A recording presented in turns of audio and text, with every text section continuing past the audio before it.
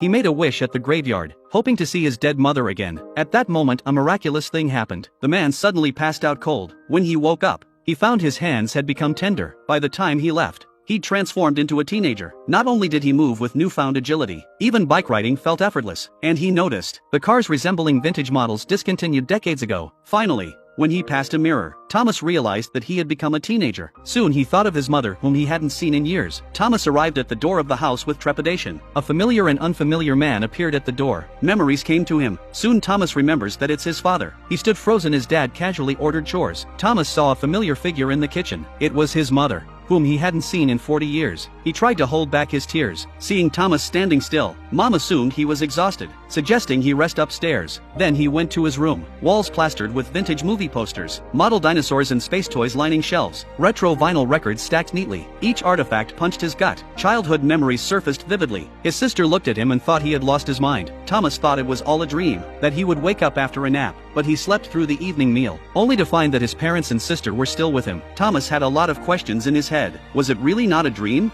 But he couldn't do anything about it. He could only hope that nothing strange would happen next. The next morning when he woke up, Thomas was still a young man. He stroked his beard out of habit, although he looked only 15, but he had the soul of a 50-year-old in his body. Then he went to school with his sister. At school, Thomas saw his best friend, and the girl he used to have a crush on. Although